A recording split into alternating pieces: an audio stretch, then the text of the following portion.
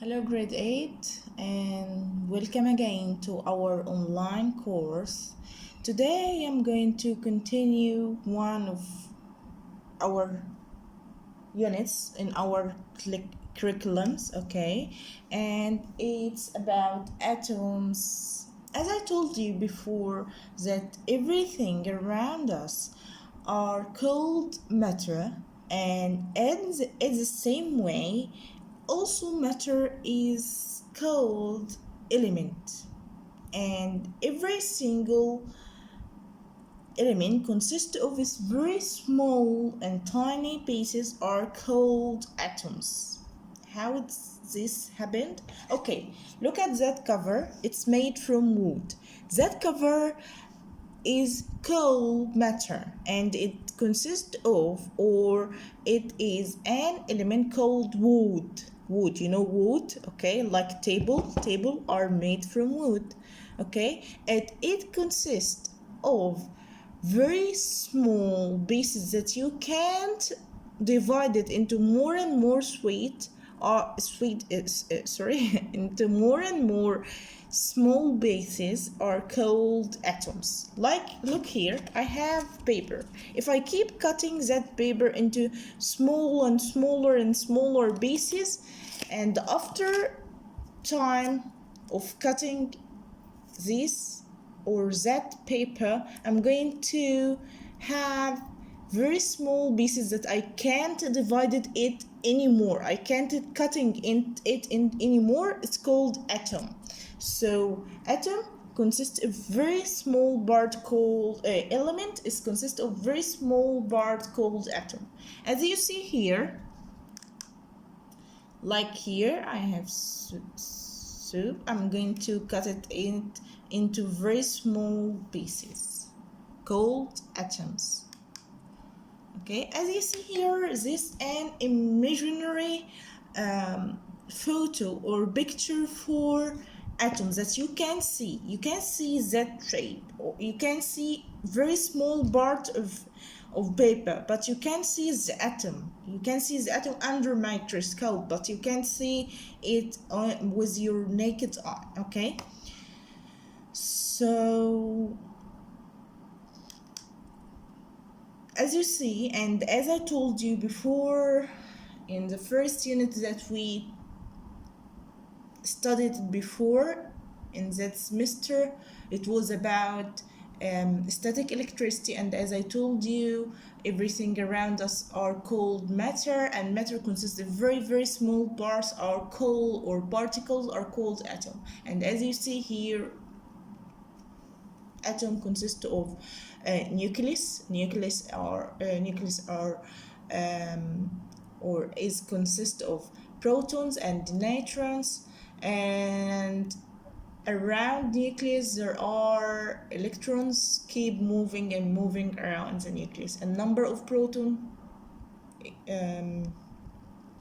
are equal number of electrons. Okay, this was first part. What is that shape? Okay, scientists discovered about 94 elements around us on nature, but about 24 of this number of elements they made about 24 at labs. Okay, and when they keep making experiment of elements and atoms, they discover that every atoms of an element is different from another element, or atom of another element. Like we have gold and silver. Okay, so atoms of gold are different from those atoms of silver.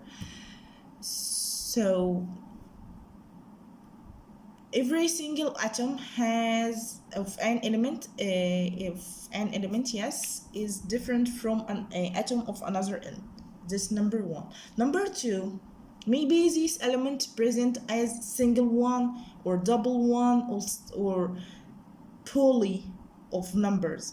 Like you have here, you can see right now, this is called oxygen molecule, and as you see here, we can't have, or we can't form on nature only one single atom of oxygen. Oxygen is present as oxygen that you breathe every day and every single moment is consist of two atoms connecting together in something called bonding.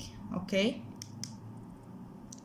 and as you see here, it's about 4 atoms divided into more and more atoms. So for example, sulfur atom can't present as, or sulfur molecule can't present as a single one. It must present or consist of 8 atoms. 1 2 3 4 5 6 7 8. Again, 1 2 3 4 5 6 7 8. So every sulfur molecule is consist of 8 atoms of sulfur. They are connecting together in something called bonding, like holding hands together. Okay, in another way, as you see here, this is chlorine gas. You know chlorine gas or chlorine gas. So chlorine gas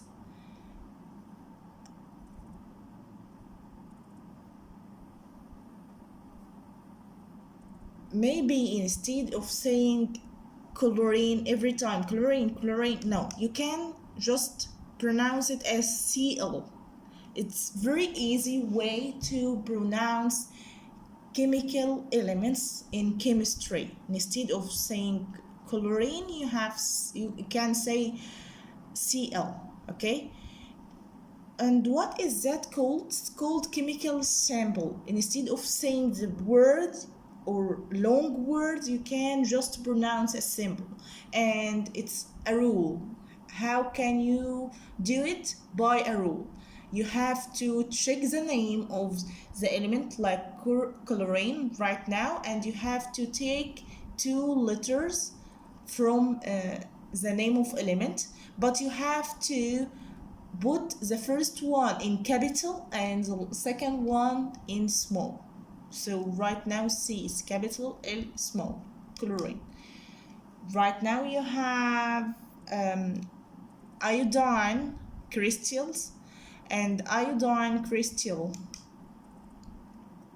instead of saying iodine, you can pronounce it I, and I is capital. And you have right now mercury. Okay, it's pronouncing as Hg. Sodium, Na. Okay, why you say Na instead of saying So, and same for mercury, Hg? Because sodium come from the word called deuterium, and deuterium come from a Latin name. In old ages are called as deuterium because it come from most of these elements are or have name in Latin language. So sodium in English, deuterium in Latin, but we take the simple from Latin name. Right now you have something like description or distribution for element on the earth, and as you see, oxygen are called right now common element or abundant. Why? Because it's very popular, it's very have large percentage, about 46.4 percentage. Okay, after that you have silicon. So oxygen and silicon are abundant or common elements on earth. On other way, as you see, like iron, like calcium, sodium, magnesium, these elements are called rare because you can't find it on everywhere. But oxygen you can find in around you. Right now around me in air, oxygen are present, and I can trace it very easy. Okay, there is another question called, is water an element? water an element? How? To discover or find out if water is as true is an element, they made an experiment. They connect water to electricity, and they found connecting it to light bulb and battery, and they found that yes, water connecting to electricity, yes, and makes the light bulb or